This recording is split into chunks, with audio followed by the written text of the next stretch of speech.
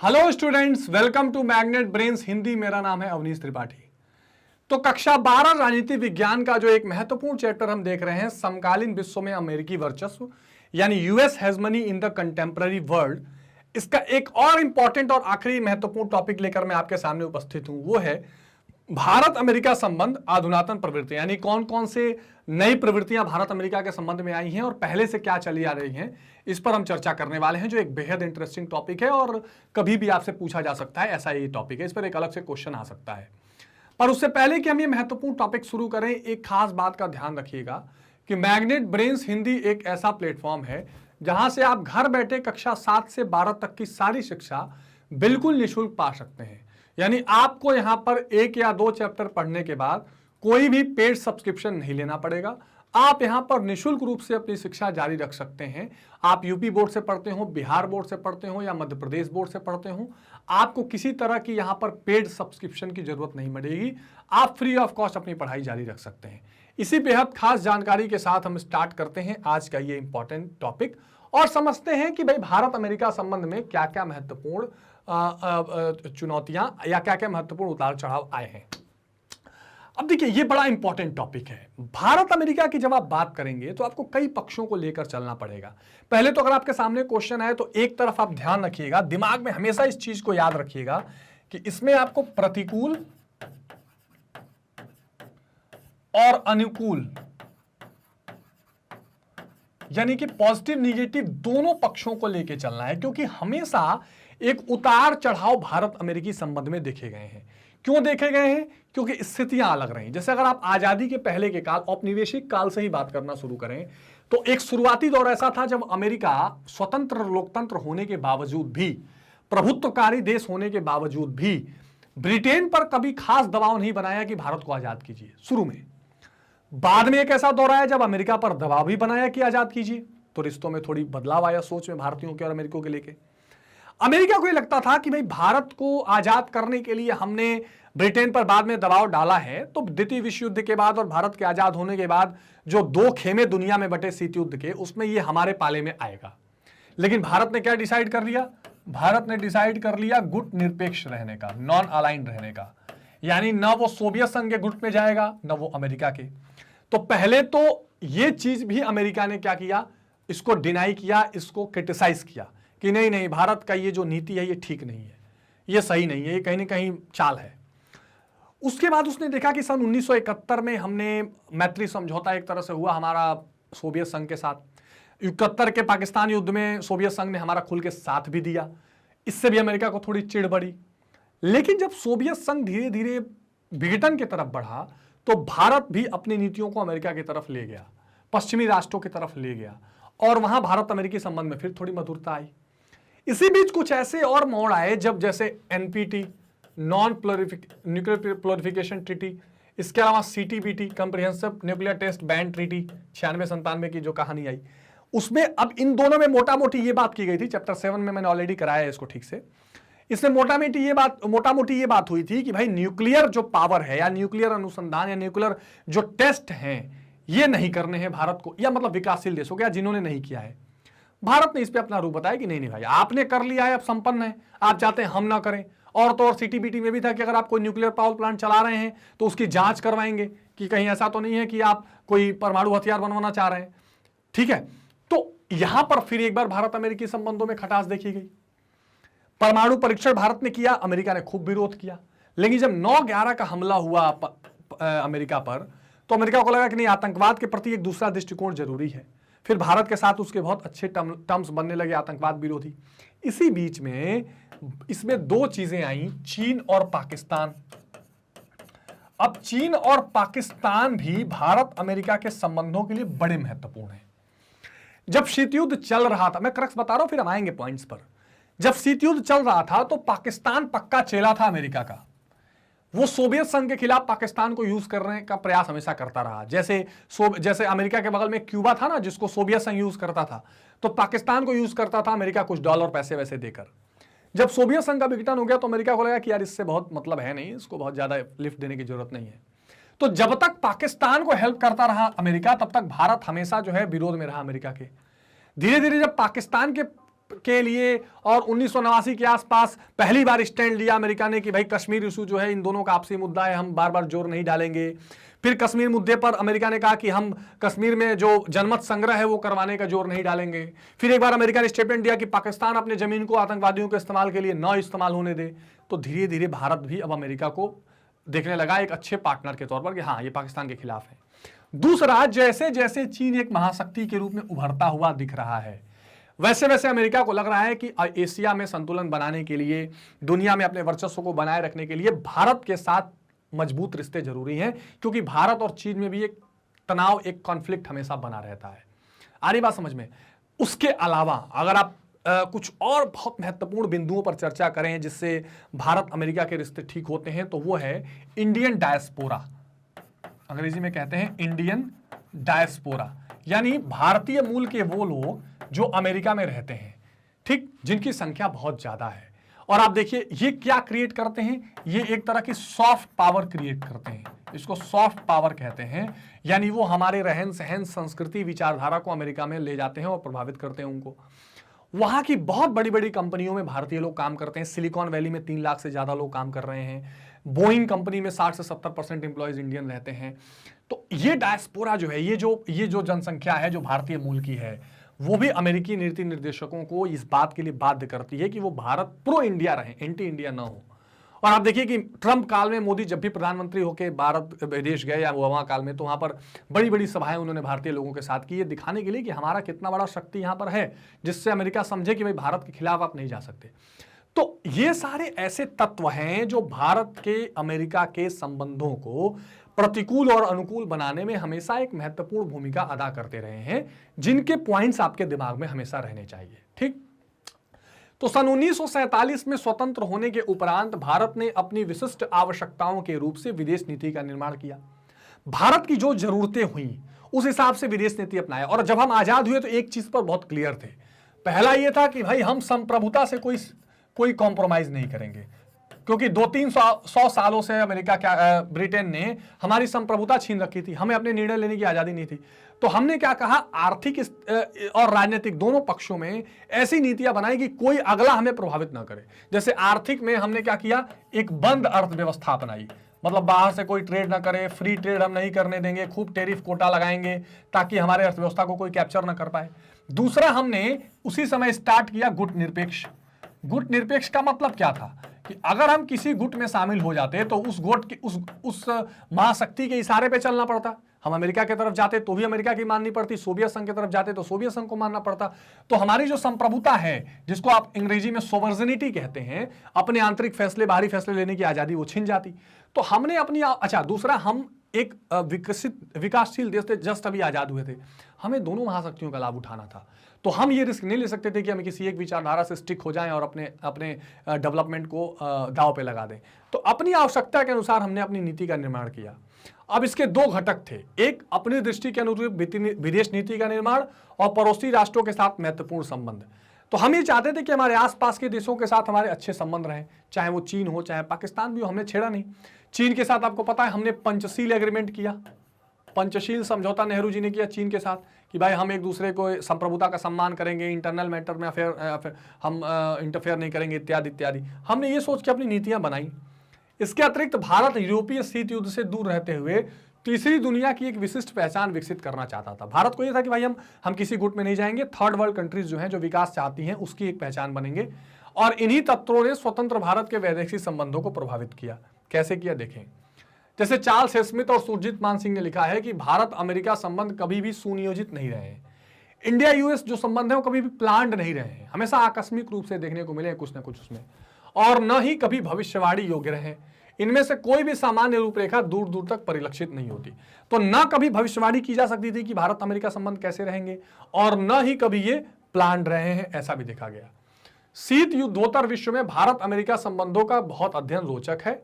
सन 89 में भारत में राष्ट्रीय मोर्चे की सरकार का गठन हुआ और इसी समय पहली बार अमेरिका ने पाकिस्तान को चेतावनी दी कि वह कश्मीर में विद्यमान आतंकवादियों को मदद न दे। This is very important. Chandrashekhar प्रधानमंत्री बने और पहली बार अमेरिका ने रुख लिया कि भाई पाकिस्तान आतंकवादियों की मदद ना करे। अब ध्यान से समझिए, 1989 और सोवियत संघ में 1985 से ही मिखाइल गोर्बाचेव आ चुके थे, सुधारों की घोषणा हो रही थी, समाजवाद, साम्यवाद, पूंजीवाद की तरफ बढ़ रहा था। अमेरिका जान चुका था कि सोवियत संघ की हालत क्या है, पाकिस्तान अब बहुत यूज का नहीं रह गया था, और यूज एंड थ्रो तो अमेरिका करता ही है। तो उसने अब रुख बदलना शुरू किया। उसने बोला पाकिस्तान को ऐसा नहीं करना चाहिए, आतंकवादी गतिविधियों को अंजाम देने के लिए आतंकवादियों की मदद नहीं करनी चाहिए, तो भारत के लिए फेवरेबल था। कश्मीर मुद्दे पर अपना दृष्टिकोण बदलते हुए अमेरिका द्वारा पहली बार यह कहा गया कि अमेरिका सन 1948 और 1949 के संयुक्त राष्ट्र के प्रस्तावों को प्रस्तावित कश्मीर में जनमत संग्रह के प्रस्ताव पर अब कोई जोर नहीं देगा। अमेरिका ने यहां तक कह दिया कि जैसे कश्मीर का मुद्दा बार बार यूएन में उठता था, पाकिस्तान कहता था वहां के लोगों से वोटिंग डलवाइए, किसके साथ रहेंगे, अमेरिका भी फेवर करता था। अब अमेरिका ने कहा हम कोई इसमें जोर नहीं डालेंगे, अपने मन से वो करना चाहे तो कर सकते हैं। अमेरिका द्वारा यह भी कहा गया कि दोनों पक्षों को शिमला समझौते के अनुसार निर्णय लेना चाहिए। अब देखिए ये इंपॉर्टेंट था, एक तरह से ये रिकॉग्निशन था। हम बार बार कहते थे कि कश्मीर का मुद्दा हमारा आपसी बायलैटरल मुद्दा है, हम समझा लेंगे, तो ये कह के अमेरिका ने एक तरफ से मान लिया कि हाँ आपस में आप लोग समझा लीजिए। भारत ने भी अमेरिका के प्रति सामंजस्यकारी नीति अपनाते हुए जो 1990-91 का इराक संकट था, जिसमें इराक ने कुवैत पर हमला किया था, उसमें अमेरिका की मदद की। अपने जमीन पर अमेरिका को पेट्रोल भरने, मतलब ईंधन भरने के लिए, लड़ाकू विमानों को ईंधन भरने के लिए छूट दिया, और इसके लिए राष्ट्रीय और अंतर्राष्ट्रीय दोनों स्तर पर सरकारों को आलोचना भी झेलनी पड़ी, लेकिन इंडिया ने किया। शीत युद्ध की समाप्ति और सोवियत संघ के विघटन के बाद वह अपरिहार्य हो गया कि भारत अमेरिका से कुछ बेहतर संबंध बनाए। बिल्कुल ठीक बात है। तो जब तक सोवियत संघ था तब तक भारत की थोड़ी नजदीकी तो सोवियत संघ से थी, लेकिन जब सोवियत संघ टूट गया तो अब ये क्लियर हो गया कि सोवियत संघ में जो देश थे वही जाने लगे अमेरिका और यूरोप की तरफ, तो हम अच्छे संबंध क्यों ना बनाते। हमने भी इस दिशा में फिर प्रयास करने शुरू किए, और उसके 2-3 रीजन है। उस समय हमारे यहाँ नरसिंह राव की सरकार भी थी, नरसिंह राव की सरकार बनी, और हमने भी, मनमोहन सिंह नरसिंह राव की जोड़ी ने देश में एलपीजी किया, हमने भी आर्थिक सुधार किए। ठीक है, एलपीजी क्या थी, कई बार चर्चा कर चुका हूं मैं, लिबरलाइजेशन, प्राइवेटाइजेशन, ग्लोबलाइजेशन, यानी उदारीकरण, निजीकरण और वैश्वीकरण। अब इसमें भूमिका आई विश्व बैंक की, और भूमिका आई आईएमएफ यानी अंतर्राष्ट्रीय मुद्रा कोष की, इंटरनेशनल मॉनेटरी फंड। इन दोनों पर बहुत बड़ा वर्चस्व और प्रभुत्व और एक तरह से कह सकते हैं प्रभाव था अमेरिका का। तो अमेरिका से अगर अच्छे संबंध नहीं होते तो ये संभव थोड़ी होता कि अमेरिका, आईएमएफ हमें इतना $7 बिलियन का जो हमें लोन मिल गया और सारी चीजें हो रही थी। तो अब हम भी पूंजीवाद की तरफ धीरे धीरे बढ़ रहे थे, तो अमेरिका से संबंध बनाना तो जरूरी था। भारत ने अमेरिका के साथ सैन्य सहयोग बढ़ाने के समझौते किए, और लेकिन दोनों देशों के मध्य संबंधों को अवरोधित करने वाले भी कुछ तत्व थे। तो ये तो पॉजिटिव था कि सब ठीक हो रहा था, लेकिन कुछ ऐसी भी चीजें हो रही थी जो दोनों के बीच कॉन्फ्लिक्ट को भी क्रिएट कर रहा था, वो भी बहुत इंपॉर्टेंट था। अमेरिका भारत से परमाणु अप्रसार संधि 1968 पर हस्ताक्षर करने का आग्रह करता रहा, लेकिन भारत इसे नहीं मानता है। तो न्यूक्लियर नॉन प्रोलिफरेशन ट्रीटी जो था, जिसमें एक तरह से न्यूक्लियर टेस्ट न करने की बात थी, भारत इसमें सहमत नहीं था। इस संधि पर हस्ताक्षर न करने का भारतीय निर्णय चीन और पाकिस्तान से संभावित खतरे का है। मैंने कहा ना, पड़ोसी देशों से संबंध भी जरूर इसको प्रभावित कर रहे थे। भारत कहता था कि अगर चीन और पाकिस्तान जैसे देशों से हमें खतरा नहीं होता तो हम शायद साइन कर भी देते। सॉरी। अमेरिका मानवाधिकारों के बिंदु पर भी भारत की आलोचना करता है। अमेरिका बार बार कहता था कि आपके यहाँ ह्यूमन राइट्स को कॉम्प्रोमाइज कर दिया जाता है, इस पर आपको ध्यान देना चाहिए। भारत द्वारा आर्थिक क्षेत्र में उदारीकरण की नीति अपनाए जाने से दोनों राष्ट्रों के मध्य आर्थिक सहयोग की संभावनाएं बढ़ी। ये बहुत इंपॉर्टेंट है। भारत, मैंने भी बताया ना कि 1991 में भारत ने क्या किया, लिबरलाइजेशन किया, यानी उदारीकरण किया। उदारीकरण का मतलब क्या है, अपनी अर्थव्यवस्था दुनिया के लिए खोलना, नंबर 1। नंबर 2, मतलब उसमें क्या करना, जो टैरिफ और आपने बहुत सारे टैक्स और लाइसेंस लगा रखे हैं उसको हटा दीजिए, आसानी से कोई भी आए आपके यहाँ निवेश करे, आपके यहाँ व्यापार करे, इंपोर्ट एक्सपोर्ट करे, नंबर 1। नंबर 2, प्राइवेट प्लेयर को अलाउ करना कि प्राइवेट कंपनियां आ सके। तो ये सब जो चीजें हुई तो अमेरिका से जो आर्थिक सहयोग है उसकी संभावनाएं और बढ़ गई। कई सारी वहां से टेक्नोलॉजी, सॉफ्टवेयर, सबका आदान प्रदान होने लगा। परंतु व्यापक परीक्षण प्रतिबंध संधि, जिसे सीटीबीटी कहते हैं, comprehensive nuclear test ban treaty, इस पर हस्ताक्षर के मुद्दे पर सन 98 में भारत द्वारा परमाणु परीक्षण किए जाने से दोनों देशों के बीच एक नई कटुता आई। तो एक तो हमने 97 में सीटीबीटी साइन करने से मना कर दिया, दूसरा 98 में हमने लाख मना करने पे अमेरिका के भी परमाणु परीक्षण किया, अटल बिहारी वाजपेयी ने मिशन शक्ति। ठीक, अब इससे अमेरिका और चिढ़ गया। तो ये ऐसा चिढ़ा कि बहुत सारे हमारे ऊपर प्रतिबंध लगाए, लेकिन इसमें इस बर्फ को पिघलाया 9/11 के हमले में, जो हम बार बार कह रहे थे कि भाई पाकिस्तान और आतंकवाद है, हमें इसके लिए जरूरी है कि हम ये करें, क्योंकि हमारी न्यूक्लियर पॉलिसी तो कि हम पहले इस्तेमाल नहीं करेंगे। लेकिन जब अमेरिका को मारा आतंकवादियों ने तो उसको लगा कि हाँ भाई है तो दिक्कत। अमेरिका ने न केवल उपयुक्त 2 मुद्दे पर भारत की आलोचना की बल्कि तमाम प्रतिबंध भी लगा दिए। तो भारत पर कई सैंक्शंस लगाए। लेकिन धीरे धीरे फिर मैंने बताया कि 9/11 का हमला हुआ और 2001 के बाद अब धीरे धीरे दोनों के बीच में फिर से सामंजस्य बनने लगा और 2005 में एक 10 ईयर डिफेंस पैक्ट हुआ। 10 वर्षीय रक्षा समझौता हुआ वाशिंगटन में। और क्या क्या बातें थी? दोनों देश की यह सोच है कि रक्षा सहयोग को मात्र हथियारों की खरीद बिक्री तक सीमित न रखा जाए बल्कि इनका साझा उत्पादन करने, प्रौद्योगिकी के हस्तांतरण और शोध के विकास के लिए भी इनको प्रकाशित किया जाए। फिर मतलब यह बोला गया कि हम केवल खरीद बिक्री नहीं करेंगे, इसको अंग्रेजी में कहते हैं टेक्नोलॉजी ट्रांसफर।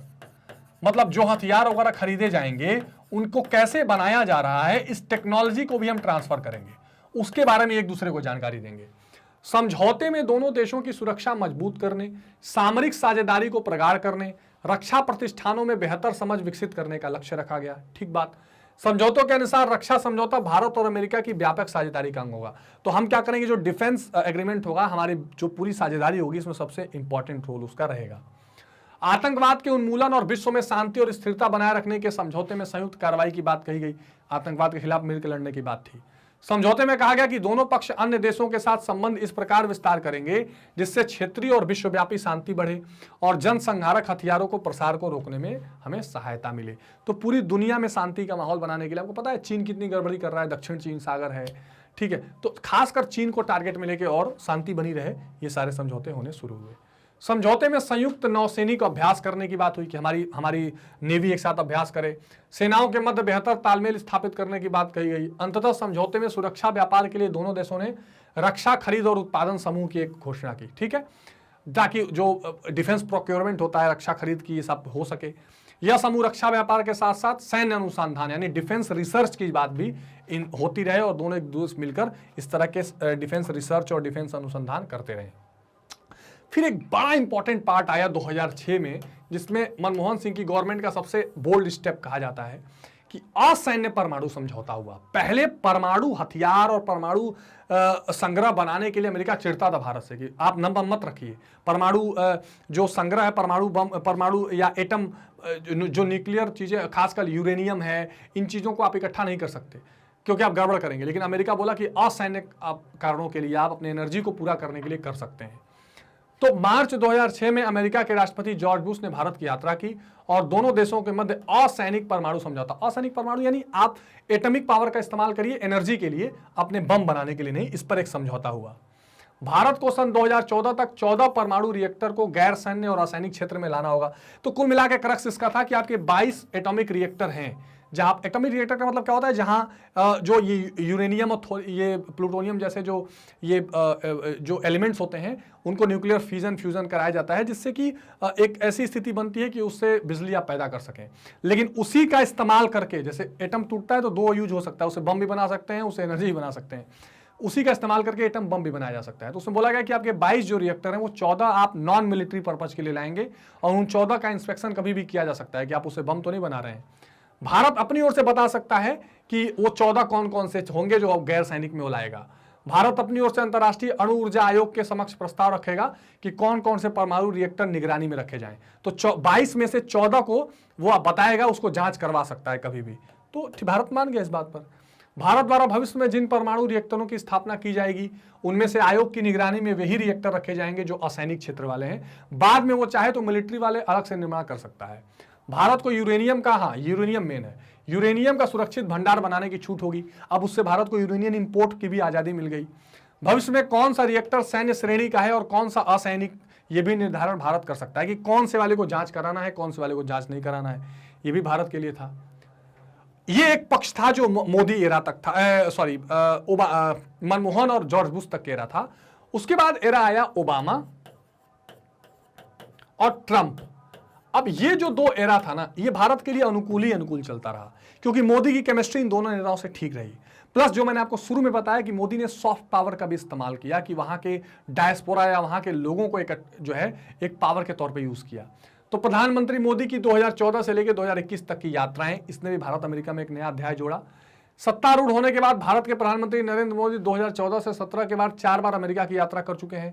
16 में की गई यात्रा के दौरान उन्हें कांग्रेस को संबोधित किया, जो वहां की संसद थी उसको संबोधित किया और बहुत रिकॉग्निशन मिला। संपोषित विकास और साफ ऊर्जा, जिसको अंग्रेजी में कहते हैं सस्टेनेबल डेवलपमेंट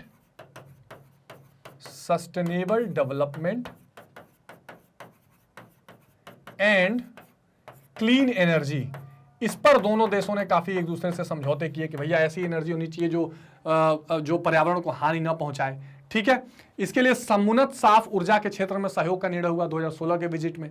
भारत अमेरिका व्यापार नीतियों पर मसौदा तैयार करने के लिए दोनों देशों में विशेषज्ञों की कमेटी बनी कि कैसे हम अपने देश के व्यापार को, एक दूसरे के व्यापार को आगे बढ़ाएं। और भारत अमेरिका का व्यापार भारत के लिए बहुत फायदेमंद भी है उसके ट्रेड डेफिसिट के लिए। 2017 में मोदी ने अमेरिका की सरकारी यात्रा की। मोदी ने अमेरिका पक्ष को यह समझाने में सफलता की कि भारत दोनों देशों के बीच रास्ते और आगे ले जाना चाहता है, और डोनाल्ड ट्रंप प्रशासन भी ये काम करने का इच्छुक है। इसके लिए उन्होंने एक संकेत दे दिया। कैसे संकेत दे दिया? तो जो हिजबुल मुजाहिदीन का आतंकवादी संगठन है, उसका जो हेड था सैयद सलाउद्दीन, जिसकी भारत मांग कर रहा था कि उसको अंतर्राष्ट्रीय टेररिस्ट घोषित किया जाए, अमेरिका ने उसको घोषित कर दिया। तो भारत खुश हो गया। तो भारत को पैगाम मिला कि हाँ, आपका स्वागत है, हम आपके साथ काम करना चाह रहे हैं। अमेरिकी राष्ट्रपति डोनाल्ड ट्रंप और भारत के प्रधानमंत्री मोदी के बीच वार्ता बहुत सौहार्दपूर्ण वातावरण में रही। फिर डोनाल्ड ट्रंप का भी भारत में दौरा हुआ और उन्होंने भी आकर बहुत अच्छी अच्छी रैलियां घोषित की और यहाँ के लोगों की तारीफ की, मोदी के साथ अच्छी केमिस्ट्री दिखाई। साझा उद्देश्यों को आगे बढ़ाने के लिए सामरिक साझेदारी को और मजबूत करने पर बल दिया गया। आतंकवादी गतिविधि की रोकथाम, एशिया प्रशांत क्षेत्र में स्थिरता, जो पूरा एशिया पैसिफिक इलाका है, आपको पता है कि साउथ चाइना सी है, साउथ चाइना सी में चाइना दादागिरी करना चाह रहा है, तो उसमें स्थिरता बनी रहे। आपसी व्यापार और आर्थिक संबंधों में बढ़ावा, ऊर्जा यानी एनर्जी के सेक्टर में समझौते किए गए। ये सारी चीजें उस वार्ता में शामिल रही। आतंकवाद की कड़ी निंदा करते हुए अलकायदा, ISIS जैसे मोहम्मद, लश्कर तैयबा, इस प्रकार के अन्य संगठनों के विरुद्ध मिलकर संघर्ष करने की प्रतिबद्धता अमेरिकी राष्ट्रपति से व्यक्त की गई। तो एक जब आप भारतीय अमेरिका संबंध के पॉजिटिव लिखिएगा तो आतंकवाद का मुद्दा बहुत इंपॉर्टेंट हो जाएगा। इसमें हमेशा लिखिएगा कि इस मुद्दे पर दोनों देश हमेशा एक साथ काम करने को तैयार रहे हैं। ये इनके संबंधों को एक साथ लाने में बड़ी महत्वपूर्ण भूमिका निभाता है और ट्रंप प्रशासन तो बहुत ज्यादा इसलिए था। फिर अब देखिए, भारत और अमेरिका दोनों को लगता है कि चीन का प्रभुत्व बढ़ रहा है, तो कहीं ना कहीं उसको रोकने या उसके प्रभाव को कम करने के लिए क्वाड संगठन बना है, जिसमें जापान, 4 देश हैं, ऑस्ट्रेलिया, जापान और अमेरिका, ये 4 देश हैं। इसमें भी ये दोनों देश एक साथ हैं और मिलकर काम करने का प्रयास कर रहे हैं।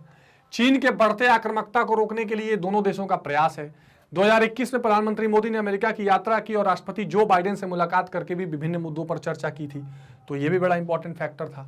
ठीक, और एक आध चीजें आप ध्यान रखिएगा कि भारत अमेरिका के बीच और कई महत्वपूर्ण समझौते हुए हैं, जैसे लेमोआ, ये बड़ा इंपॉर्टेंट समझौता है, logistic exchange memorandum of agreement कहते हैं। ये मतलब लॉजिस्टिक एक्सचेंज जो होगा, एक दूसरे से साजो सामान एक्सचेंज करना अगर हो युद्ध के समय जहाजों से, तो लेमोआ एग्रीमेंट। कोम कासा, ये नोट कर लें, नाम आपको ध्यान रखेगा, अगर इसका भी आप मेंशन कर देंगे, इसमें सीक्रेट इंफॉर्मेशन को इनक्रिप्टेड रूप में एक दूसरे से शेयर करना, ये सब एग्रीमेंट भी भारत अमेरिका में जो रिसेंटली हुए हैं, ये बड़े महत्वपूर्ण हैं और इनके संबंधों को पॉजिटिव बनाते हैं।